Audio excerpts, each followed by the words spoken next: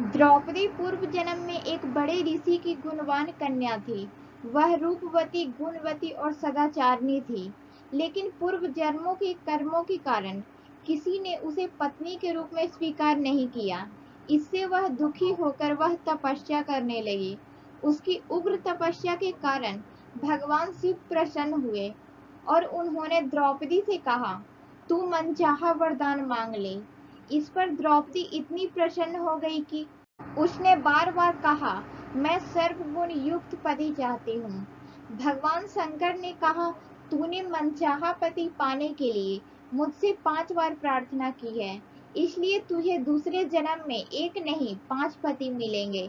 तब द्रौपदी ने कहा, मैं तो आपकी कृपा से एक ही पति चाहती हूँ। इस पर शिव जी ने कहा, मेरा वरदान व्यर्थ नहीं जा सकता है, इसलिए तुझे 5 पति ही प्राप्त होंगे। महाभारत में राजा द्रुपद ने अपनी पुत्री द्रौपदी के विवाह के लिए स्वयंवर का आयोजन किया। इस स्वयंवर में कई राजाओं ने भाग लिया था।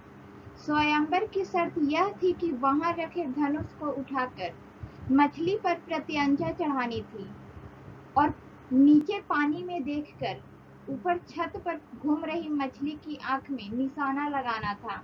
सभी राजा द्रौपदी से विवाह करना चाहते थे, क्योंकि राजकुमारी बहुत ही सुंदर थी और उसके पिता यानी राजा द्रुपद शक्तिशाली राजा थे। स्वयंवर में श्री कृष्ण भी उपस्थित थे और भेष बदलकर सभी पांडव भी यहाँ पहुंचे थे। ऋषि मुनि, देश देश के राजा, राजकुमार, ब्राह्मण तथा प्रजाजनों के सभा मंडप खचाखच भर गया। कौरवों के षड्यंत्र के कारण पांडव भी ब्राह्मण भेष में ब्राह्मण मंडली में जा बैठे। राजकुमारी द्रौपदी अपनी कुछ प्रमुख सखियों के सुंदर वस्त्र और आभूषणों से सज धज कर हाथों में सोने की वरमाला लिए मंद गति से रंग मंडप में आकर खड़ी हो गई।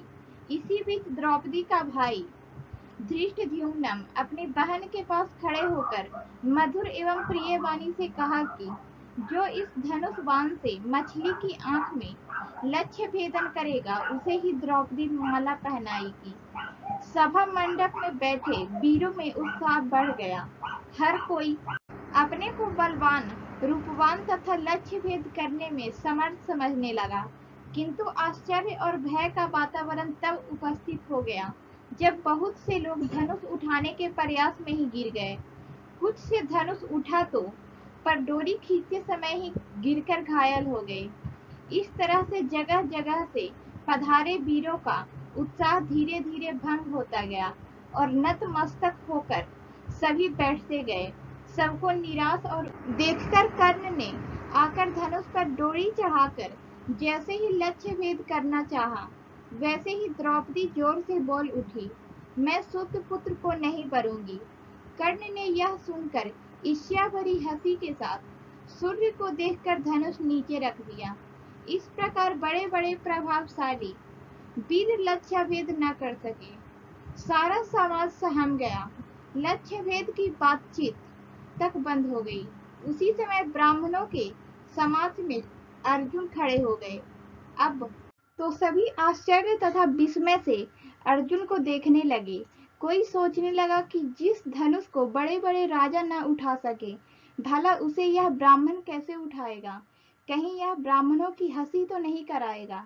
कहीं इसके कारण राजा लोग ब्राह्मणों से द्वेष न करने लगे।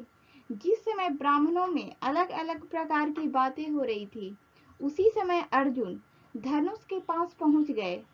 अभी लोगों की आंखें पर पूरी तरह से जम भी नहीं पाई थी कि उन्होंने बड़ी आसानी से धनुष पर डोरी चढ़ा दी तथा बाण से लक्ष्य को भेद कर जमीन पर गिरा दिया। लक्ष्य भेद होते ही सभा मंडप में महान आनंद कोलाहल छा गया।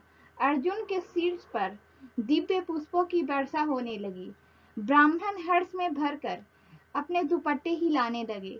द्रौपदी ने प्रसन्नता पूर्वक अर्जुन के गले में वरमाला डाल दी। फिर ब्राह्मणों ने अर्जुन स्वागत किया और द्रौपदी के साथ रणभूमि से बाहर प्रस्थान किया।